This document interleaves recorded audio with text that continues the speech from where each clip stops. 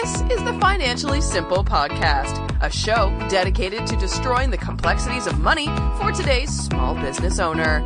And now, here's your host, pizza-loving, certified financial planner, Justin Goodbread. Welcome to Financially Simple. This is a finance show for small business owners about money, how it works in our business and personal lives, and how we can build wealth to be financially independent. I'm your host, Justin Goodbread. Today is episode 51. Today's episode is titled, What P&C, like puppy and cat? What P&C insurance does a business owner need? Now look, folks, I am not an insurance expert. That is not who I am. But I know an insurance expert. And today in the studio with us, we have Matthew Bryan. Now, let me tell you a little bit about my buddy Matthew. Matthew has a degree in finance. You see, he's in and around is what he said. He goes, Justin, I've been in and around the financial services industry since 2004. See, he's done a little bit of banking, a little bit of investments, real estate. Now he is like the expert, the grand poobah, the czar of all things insurance, as he's laughing here at the table. The reason I like Matthew is because he has actually gone out and bought two different businesses, two different insurance agencies, and combined them and made them his own. So, guys, this is an entrepreneur of entrepreneurs. Matthew has been around. I've watched him. I've known him for many years now, and I've watched him and his business savvy. So I couldn't think of anybody else I'd rather have come on the show. Now, in his particular insurance agency, he works with currently thousands of customers. Most of them are actually business owners. So we're dealing with an expert here. And with that, Matthew, I want to thank you for coming on the show today with us. Sure, I'm glad to be here. Well, with that, let's jump right into question number one, man. I hope you're ready. I'm ready. Putting you on the hot Let's seat. All right, so here's my question for you. What insurances must startup business owners have? Well, we've talked about this, and I think number one is general liability. The startup company, regardless of size, needs to have the basic protection for general liability. It can be premises liability. You've got a new office. Right. Somebody comes to your office to visit. Do they slip on the ice in the wintertime, fall, and sue you?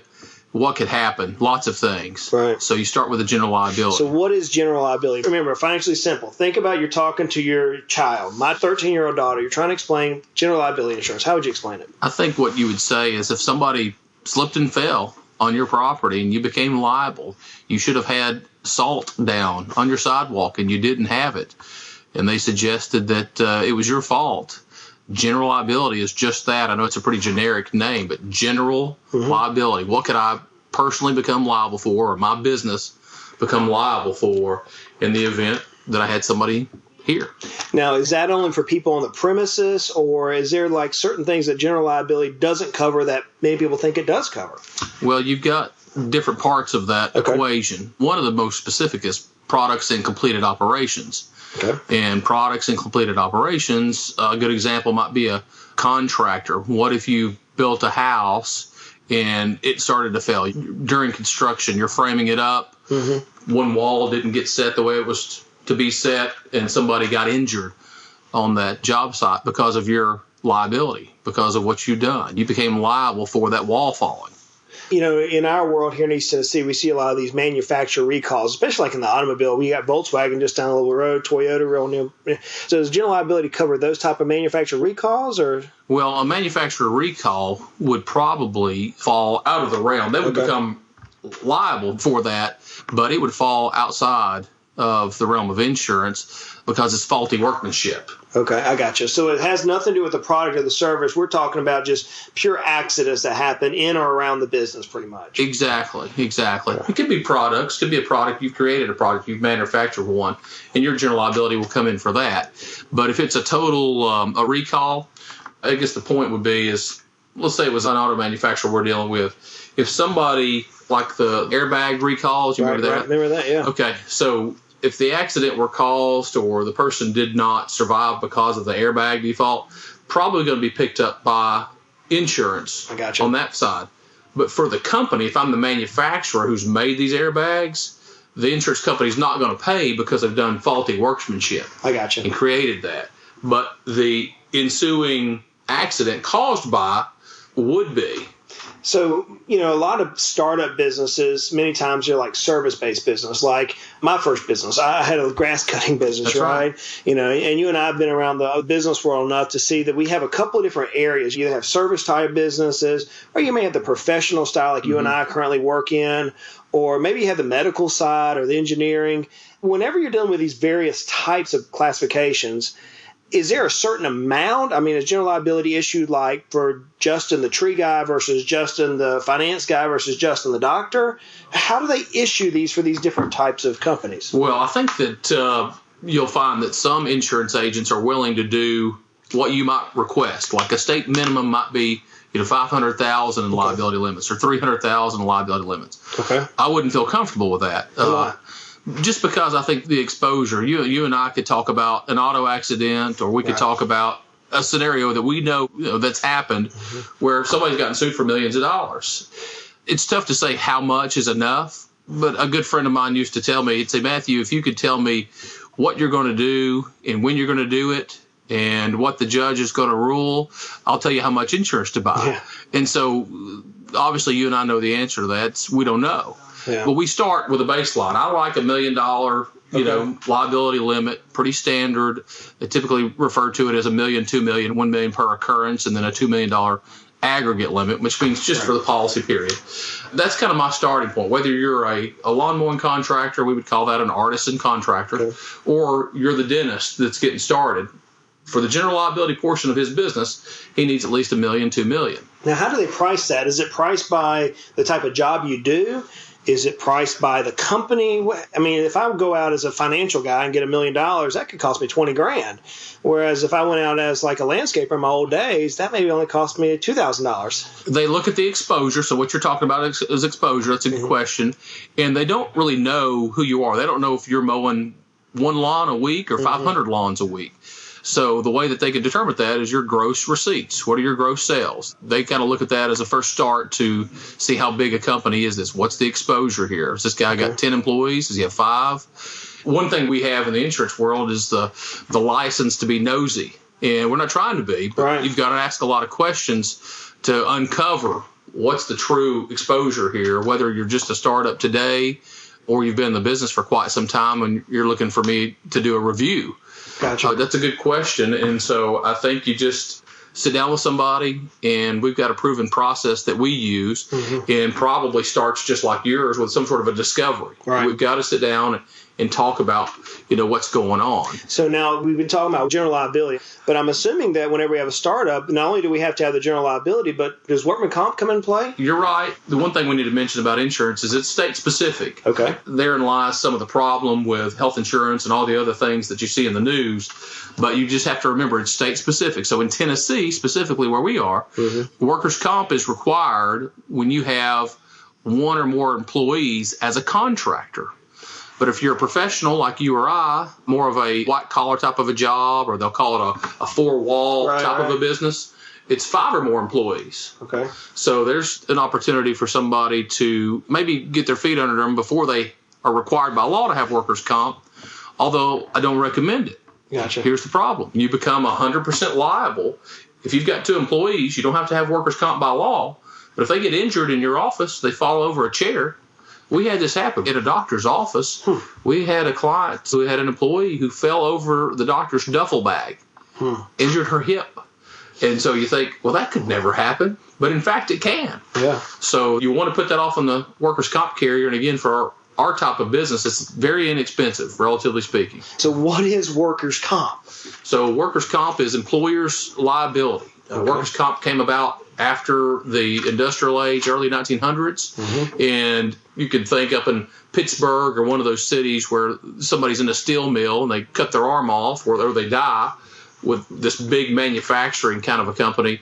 And they didn't really have a way to deal with that. And so workers' comp was created. And what workers' comp essentially does is takes all that liability and puts it on the insurance policy. Okay. So that employer cannot be sued for any liability related to workers' comp, an employee getting injured. They call it the sole remedy. It's the sole remedy. That's where it started, and it is where it is today. It really gets granular when you talk about different businesses, but it really is a really common thing. Do not talk about it, but workers' comp is probably the biggest discussion I have weekly because people get confused about it. So here in Tennessee, you and I, like you were saying, we're professionals. So therefore, if we have less than 5 employees, we don't have to have it. I'm putting air quotes here for have to. Right. But, I'm of one that if I can mitigate a risk for little cost, I'll mitigate the risk. Exactly. But there are some industries that actually are required to have it. That's right. All your contractors, all your plumbers, your HVAC, your roofers, even your lawn care guys. A lot of those guys don't. But if they ever get audited, if the Department of Labor ever comes on the job site, whether it's the Tennessee DOL, or they could have a real issue. Fines, back pay. There's a lot of things that come into play with that. You're saying we need general liability, and we've covered that. That's right. And we deal with workman's comp. If we have employees, we need to make sure we have workman's comp in place. Guys, I practice what I preach. I have workman's comp insurance, and we have more than 5 employees now. But whenever I had insurance. So I want to mitigate the risk. What are some other insurances that maybe outside of the workman's comp and general liability that business owners just need to consider in the startup phase? Sure. Well, let's take it a step further. If you're one of these artists and contractors, you probably have a truck. Okay, good point. You probably have a truck, and I always ask if they have a hitch, because if they have a hitch, they're probably pulling something, right? Yeah. That's where it gets into a commercial auto policy instead of a personal auto policy. Your personal auto policy may cover you a little bit for some of these entry-level, starting up kind of a small business. But you got to ask them. If you get to work and you don't tell them, they may not know what you're doing. And they may say, hey, look, that's an opportunity for us to deny a claim. We didn't know you were mowing lawns. We didn't know you were going to people's houses 10 times a day for HVAC repair. So wait a second. So you're telling me that, let's say I want to go out tomorrow. I take my pickup truck, which I have a big trailer and excursion, right? And I want to throw my tractor on that. I want to go to the job site and grade somebody's yard for them while they're building a house. And I want to do that on my home and auto, my personal, not my business insurance, but my personal auto insurance. And something happens, the insurance company can actually deny me because I was doing work on it? Absolutely. Interesting. Absolutely. So you're opening yourself up for the insurance company to come in and say, Justin, that's really not covered in your policy. Look right here at these exclusions. Oh, wow. Okay. That's one of those questions they go over with you. Typically, you forget about it. Obviously, you go to your insurance agent and they run you through the ringer as far as questions go. And do you have a small business in your home? And you say, well, no. Mm-hmm. But if you later start one, did you call them back and say, now the answer is yes? Wow. So, again, I think business auto is another one that comes up pretty early. So those 3 that we've talked about, I think are probably your most common. Let me ask you this. So, Financially Simple is an online business. We have 4 employees that work in the company for us there, and we really don't have the truck and the hitch.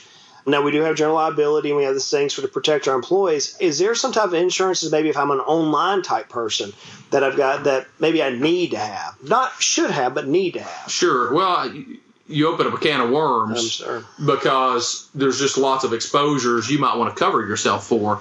Do you want to protect your content? What if somebody hacks your computer? Do you want to protect your content? There's advertising injury that can be protected as well inside of a general liability policy typically. But, did you say something that you weren't supposed to say? Somebody steal a photo and put it out there. Exactly. That's exactly right. So, there's some exposure there, even with an internet company, that you need to consider when starting it up. So as the internet becomes more and more prevalent, people are online doing more things, I think you're going to find that there's more exposure there. So we talked about general liability. We've talked about autos. We've talked about workman's comp. If we dive into the core classifications, and we hit on this just a hair. We have the service business, and you called it, I think, artists and contractors. And what we're meaning by that is like your painters, your home services or business services style, your cleaners, your framers, construction workers, etc. Then you run to the professional world, which, let's not call medical professionals, call, white collar, you and I. Then we get over to the entrepreneur doctors. If we separate those 3 classifications, that's probably not the right word to use. Do you see, let's say for entrepreneur doctors, is there insurances for the startup that they would need that maybe you and I wouldn't need as professionals? And then are there insurances that the professionals would need that maybe the artists and contractors wouldn't need? Do you understand that multi-question? I'm sorry. I do. No, it goes into a greater exposure. But let's take a dentist, for example, somebody that you and I both work with. It's kind of a core part of our agency. But take a dentist. He's got his office. Right. He may or may not own the property, but he's probably got some dental equipment. Right. Well, that gets covered on the property portion. Okay. So that's not general liability. That's a whole different coverage. Exactly. Okay. So he's going to have the general liability for his premises because he's going to have patients that come in and see him. He wants to make sure he's protected on his premises for certain. He's probably got property. What if, in fact, he does own the building? Yeah. Now you've got the building, and then you have contents, both different types of property, but both are property. So personal property, or they call it in the business world BPP, business personal property, or you've got the building, the structure, the physical structure itself. So there's a dentist who's leasing space, or he owns the building. He's got his general liability. He's probably got himself and a couple, 2 or 3 technicians. There's workers' comp. What if he buys a car in the business name? Might need that commercial auto policy that we mentioned. And, of course, the big exposure for him is his professional liability. Right. They call it professional liability. They call it E&O. They call it malpractice. Right. Those are all synonyms. But that's the big one for him. What does that cover, Matthew? Well, what could he become liable for that he or she does as a professional? You and I don't know exactly what a dentist goes through when he's working on her mouth and teeth. Right. Did he miss something? Did he use the wrong tool? Did he break a drill off in her teeth? Exactly. A lot of things could happen. But that goes underneath the professional portion. Gotcha. He's got a license. He's got a duty to work on you through his schooling. He's got all this schooling that he's gone through or she's gone through, and they have a duty to act in their best interest. So what do they say with doctors, harm no one, so I think that's what you're looking at with the dentist. Now, so the dentist will have malpractice insurance, just like medical doctors, like the optometrists. Absolutely. I think veterinarians even have malpractice insurance. That's correct. Is that correct? They do. Yeah, they do. So you run in that, then you go into the professional services world. That would be where your attorneys are, your CPAs, insurance agents, financial people, business coaches. That's errors and omissions insurance. That's exactly. And think about engineers. What if you're tasked at designing this? You and an architect engineer working hand to hand designing a building. Oh wow! What if you miss this corner or that corner, or what if you cut a corner? Something happens. What if something happens? What if the building were to collapse? What if the building just was in a failing position? What if you went over on the property line? So you've got to have that professional. General liability is not going to pick that up. You are listening to Financially Simple, destroying the complexities of money for today's small business owner. So we cover general liability, workman's comp, business auto, professional liability coverage, whatever that may end up being. I hear things like cybersecurity. I'm assuming loss or theft of different things. We have people who take laptops out in the financial world. I think it was Bank of America or Wells Fargo, one of those numbers. Somebody left a laptop out and about and somebody stole. What other type of coverages do we add to? Are they added as riders? Are they standalone policies? How do you fully wrap up a business owner? Me, you, people who are listening to the show, how do we fully protect us? Or is it even possible? Well, that's a good question. I guess you could always have a gap in your coverage, but you just hit on another big topic, and it's probably the not fastest being sold, but becoming more and more common, and that's the cyber liability. There's so many businesses. What is that? Well, you've got a lot of what we call non-public information. You've got people's phone numbers and addresses, and you've got Social Security numbers in some cases. I have a driver's license that we keep on file for clients. What happens if your data is breached? Was it a cyber hacking email that came into your office? Was it somebody that stole your laptop when you were on your way home and you ran into Target or something and you stolen out of your car? You have to disclose that to those clients. Do you know how to disclose that to your clients? Do you know what the procedures are? So that liability, that cyber liability, is going to cover you for a lot of things in and around that exposure. Wow. And one of the things they do is they help you get the information out. They will help you send emails, send letters to your clients. You've seen this before because it's so prevalent these days.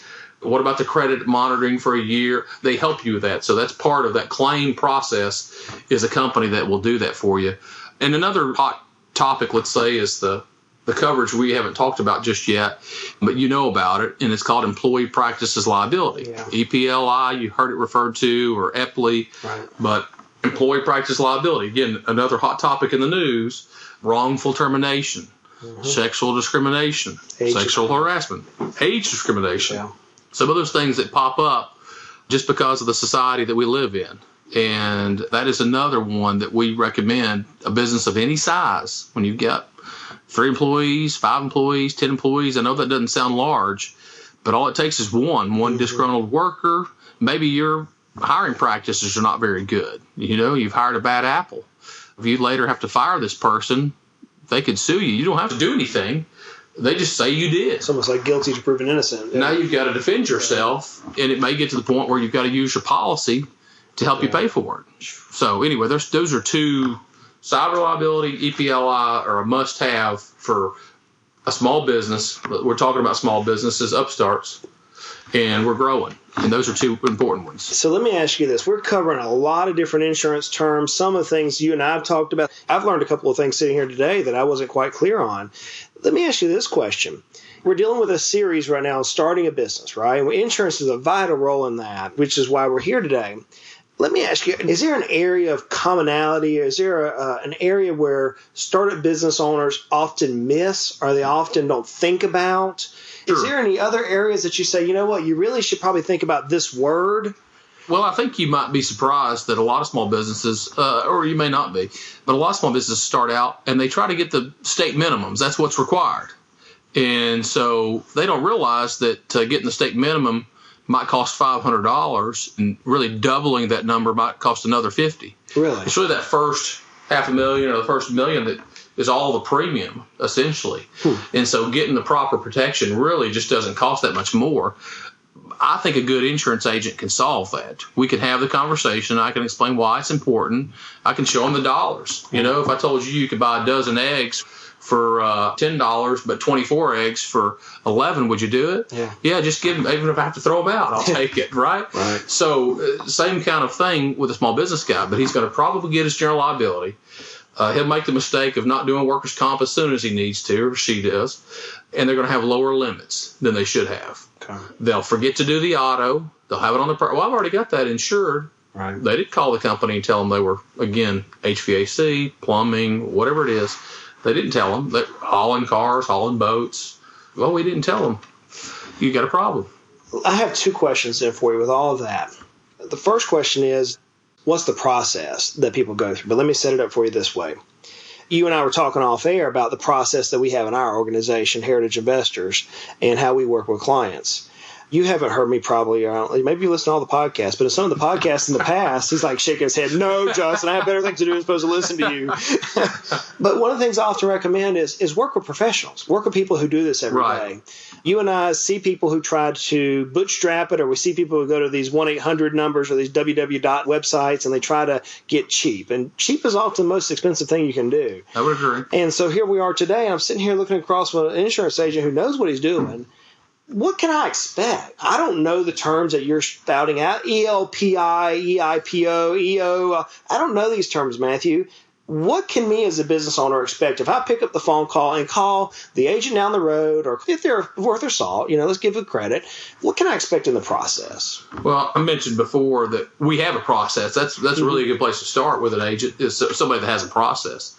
And just like you, we're independent, so I'm not beholden to one company. I'm not beholden to any captive carrier. I'm going to ask good questions. It starts with a discovery. I've got to understand what it is that you do, what the exposures could be. I ask about employees. I ask about gross receipts. I ask about property. I even go back and ask about home and auto. Where is it? What do you have and why? What about your life insurance? Because you know what I'm doing, right? I'm going to go out there and find out who the CPA is. Right. I want to know who the financial advisor is. This is a team of people. You work as a team. I want to be able to look at all these exposures and see where we can help this person. A lot of times it's a startup, small business. Sometimes it's somebody's been in business forever. But I want to look at all those exposures and get them going. But it starts with that discovery, and then it comes back to me, and then it falls on my lap to do my job and go out and shop for them on their behalf. We work for the insured. We don't work for the company. After we come back, I present the quotes, multiple quotes. Do we need one? Do we need 5? Can we only get one? In some cases, we can only get one quote. Right. We're happy to have it. And then after that, we implement. Okay. Justin, I'm coming back to you. Here's what I suggest. This is what I recommend. Yeah. We're going to implement this, and then we're going to monitor it. What does that look like on the monitoring side? Well, from time to time, you're doing that on your end when you're doing a quarterly review with somebody, let's say. But in my case, buying a truck, selling a truck, buying a house, selling a house, buying a building, selling a building, adding new equipment, selling equipment, adding more employees, increasing the workers' comp exposure. Just all those things, come into play. So, yeah, that's the implementation. And then a review. Do we do a review once a year, every 2 years? Something like that would be comfortable. The larger the business, the more often you might meet. Right. But, yeah, at least every few years, I recommend doing that because you should be implementing it and working with your client throughout the year. So I should know what's going on for the most part. But it is not uncommon for me to not hear from somebody for a year or two. Man, Matthew, my brain is like overwhelmed right now. And I know the listeners are sitting here going, dude, Justin, we're like insurance broke.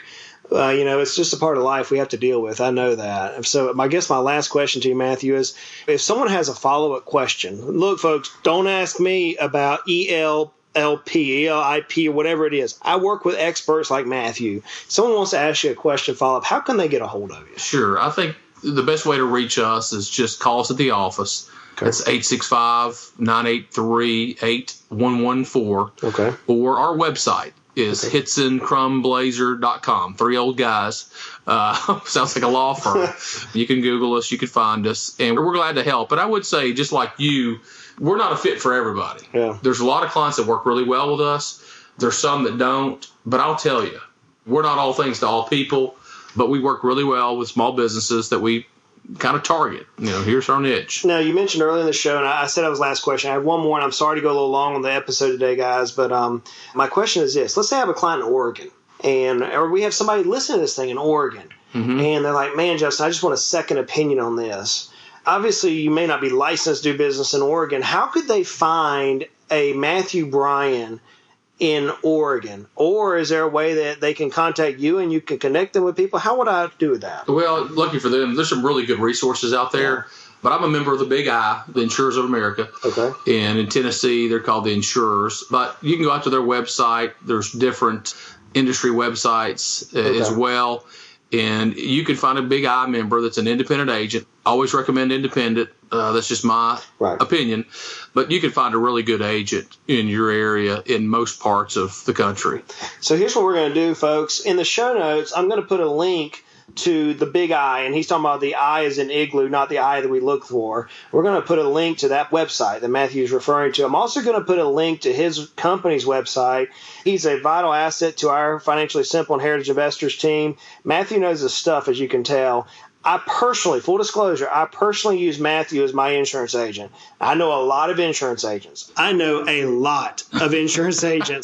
have insurance agents every day almost who call me and try to get me to send my clients to them. And Matthew's the one that I actually trust. There's a lot that I trust, but he's who does my business insurance for me. So, Matthew, with that, I'd like to thank you for joining us on the show today, man. Well, appreciate it. Thanks for your time. So, guys, with that, the same to you. I want to thank you for joining Financially Simple. As always, you can find the show notes on the blog, financiallysimple.com. A little brain dead after listening to much insurance. Underneath the heading podcast on the blog, Financially Simple. Hey, look, while you're there, sign up for the weekly newsletter. We're going to talk about tax tips, business planning tips, wealth management tips, and much more.